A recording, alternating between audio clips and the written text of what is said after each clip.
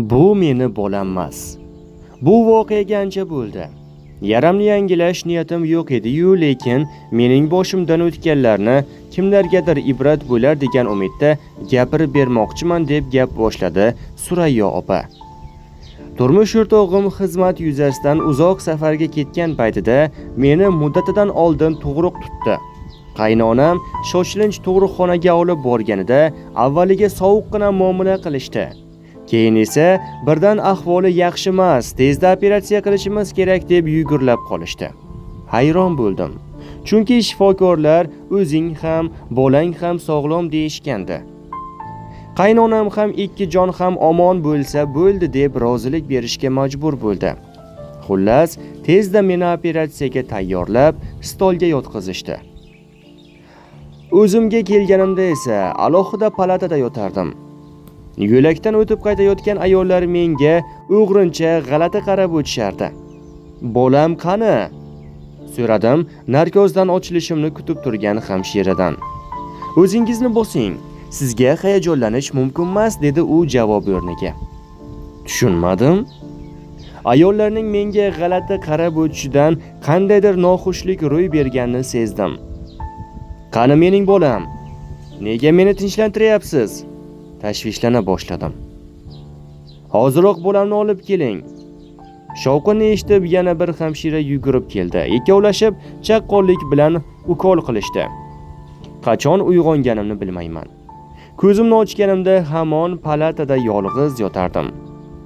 Uyg'onganimni ko'rgan hamshira shifokorni boshlab keldi. "Sizga to'g'risini aytishga majburmiz. Farzandingiz urodostvo bilan tug'ildi va 2 daqiqa ham yashamadi." Avvaliga nima deganini tushuna olmadim, keyin esa dodlab yig'lab yubordim. "Ishonmayman, yolg'on gapirayapsiz. Hoziroq ko'rsating bolamni. Bolam qayerda?" Jon achchig'ida o'rnimdan sakrab turmoqchi bo'lgandim, og'riqdan bukchayib qoldim. Xuddi eshik ortida poylab turgandek hamshira yugurib kirdi. Dori ta'sirida biroz o'zimga kelganimdan keyin qaynonamni chaqirtirib yana tushuntirishdi. Aslida nuqsoni bor bolalarni ota-onasiga ko'rsatishmaydi. Chunki ruhiyatiga qattiq ta'sir qilishi, ya'ni bola ko'rishga qo'rqib qolishi ham mumkin. Ishonchingiz komil bo'lishi uchun bolangizni qarindoshlaringizdan biriga ko'rsatishimiz mumkin, dedi shifokor. Shundan keyin qaynonam kirib ko'radigan bo'ldi. Meni esa kiritishmadi. Hamma tug'ruqxonadan bolasini bag'riga bosib chiqsa, men so'ppayib bir o'zim chiqdim. Odamlarning qandayligi shunaqa paytlarda bilinar ekan. Ko'pchilik xuddi yuqumli kasalim bordek mendan o'zini olib qochishardi. Hol-ahvol so'rashsa, dardim ularga yuqib qoladigandek. Odamlar o'z ko'zi bilan ko'rgandek bolam haqida bir-biridan vahimali gaplar tarqatishardi. Lekin qaynonam tish yorib bir og'iz gapirmasdi. Lekin o'zim baribir bolam nogiron tug'ilganiga ishonmasdim, chunki farzandim dunyoga kelgunga qadar uning qimirlashini his qilardim. Homiladorlikda ham o'zimni yaxshi his qilganman. Bolam mening tasavvurimdagidek harakatchan, sog'lom bola bo'lishi kerak edi. Uning shifokorlar aytgandek dahshatli darajada nogiron tug'ilganiga ishonmasdim. Bu gapni tez-tez takrorlayverganimdan xavotirlangan qaynonam o'g'lini chaqirdi. Hol so'rab kelganlarni ko'rishga ko'zim yo'q edi. Lekin odatimizga ko'ra birov kasalxonadan chiqsa, darrov ko'rgani borish lozim. Bir kuni meni ko'rgani sinfdosh dugonam keldi. "Bolang juda qo'rqinchli tug'ilibdi", deyishdi. "Shu to'g'rimi?" dedi u achinib. Bu gap yuragimga pichoqdek sanchildi. Odam ham shunaqa befarosat bo'ladimi? Ko'rsatishmadi dedim zo'rg'a, lekin ko'z yoshlarimni yashira olmadim. Qani endi andisha bo'lmasa haydab solsam. Qaynonam dugonamning gapi ko'nglimga og'ir tekkanini bilib gapni burdi. O'shanda tuni bilan qaynonamga, "Oyijon, u mening bolam emas. Mening bolam soppa sog'lom bo'lishi kerak. Yuragim sezib turibdi, u tirik", deb yig'lab chiqdim. Qaynonam esa indamay boshimni silab qo'yardi. Yillar o'tib yana farzandli bo'ldim. Achchiq dardimga ko'zim tushmasin deb yuragimning tub-tubiga ko'mib yuborgandim. Lekin yaqinda dard bisotimni tiklashimga to'g'ri keldi. Kun botar mahal uyimizga kutilmagan mehmon tashrif buyurdi. Kelishgan, did bilan kiyingan yigit mening ism-familiyamni aytib so'radi. Sizga aytadigan zarur gapim bor. Agar mumkin bo'lsa, siz va eringiz bilan alohida gaplashib olsam, dedi u negadir o'ng'aysizlanib. Men hayratlanib erimga qaradim. U ham tushunmay, "Kimsiz o'zi?" dedi. "Iltimos, onam jon bera olmay yotibdilar. Vaqtim juda kam", dedi.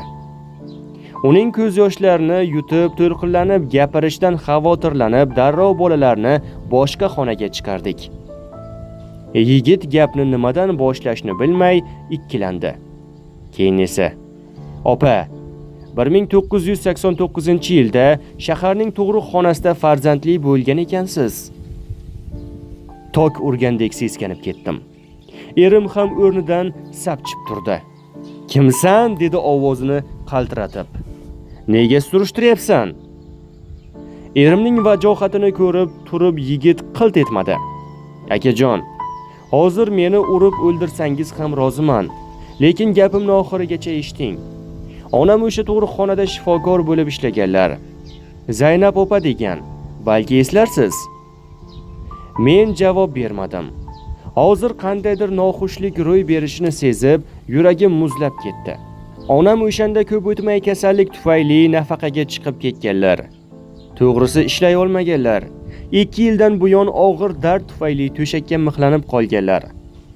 So'nggi 3-4 kundan buyon ahvollari og'ir, lekin kechirim so'ramagunimcha jon bera olmayman deb yig'lagan.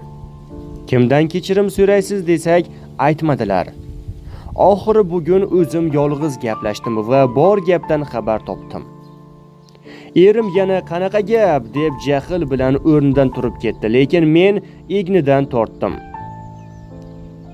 Ikki ko'zim yigitda, tezroq gapir degandek tikilib turibman. Erim ham ahvolimni ko'rib indamay joyiga o'tirdi. "Opajon", dedi yigit ko'zlarimga tikilib. "Onam uchun sizdan tiz cho'kib kechirim so'rashga ham tayyorman. Kechirimga loyiq ish emas-u." "Gapir." Tomog'im qurib borardi. "O'shanda bolangiz nogiron tug'ilmagan ekan. Ko'ksimdan otilib chiqqan oqdan butun tanamga o't ketgandek bo'ldi. Erim bilan yigit ushlab qolishmaganda stuldan yiqilib tushishim aniq edi." Bilgandim. Gapning mohiyatini endi anglab yetgan erim avvaliga oqarib ketdi, keyin esa jahldan qizarib yigitning yoqasiga yopishdi. Erimning tarsakisiga e'tiroz bildirmagan yigit, "Aytdim-ku, urib o'ldirsangiz ham roziman", deb. "Iltimos, onamni do'zax azobidan qutqaring." "Nima?" dedim alamdan bo'g'ilib. "Nega? Men onangni kechirishim kerak ekan. Men tortgan do'zax azobini kim qaytaradi? Qaytara olasanmi? Onangni 2 dunyoda ham kechirmayman. Bir zumda hayotim ag'dar-to'ntar bo'lib ketdi. Ichimdagi yig'ilib qolgan isyonni boshqarish qo'limdan kelmasdi.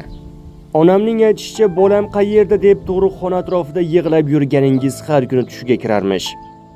"Mening bolam qayerda?" qaytardim titrab. Yigitning gaplarini eshitishga holim qolmagandi.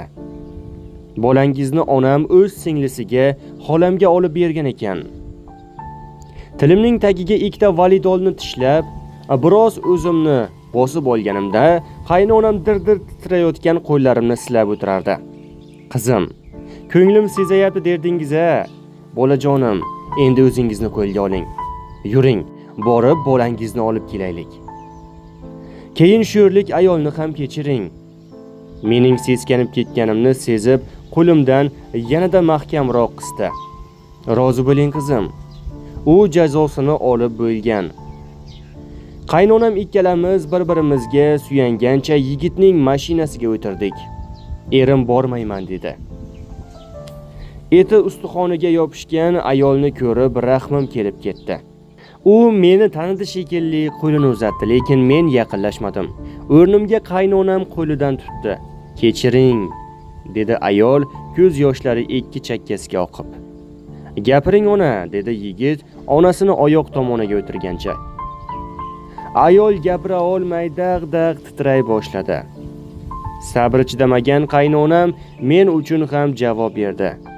Biz-ku kechirdik, Xudo kechirsin. Ayol holsizlanib borayotganini ko'rib, "Bolam qani?" dedim shoshib. Yigit onasining o'rniga javob berdi. Xolam og'ir kasallikdan vafot etar mahal onamga bolani onasiga qaytaring deb iltimos qilibdi. Lekin onam aybini bo'yniga olishga qo'rqib xabar bermagan. Bugun bor gapdan xabar topganimdan keyin sizlarga to'g'risini aytishga qaror qildim. Shu gaplarni ayta turib yigit xijolatdan yerga burilgandek bo'ldi. Yigitning onasi uchun shunchalik jon kuydirayotganini ko'rib, sekingina kechirdim dedim va havo yetishmayotgandek tashqariga shoshildim. Yigit hovlida o'ynab yurgan bolakayni yetaklab kelganda, hushimni yo'qotishimga bir baxya qoldi. Sochlari xuddi dadasinikiga o'xshab, qop-qora, jingalak, yuzidagi holi esa xuddi o'zimnikidek. Bolam yovuzlarning sirini fosh qilmoqchi bo'lgandek, quyib qo'ygandek ota-onasiga o'xshardi deb hikoyamizni yakunlaymiz.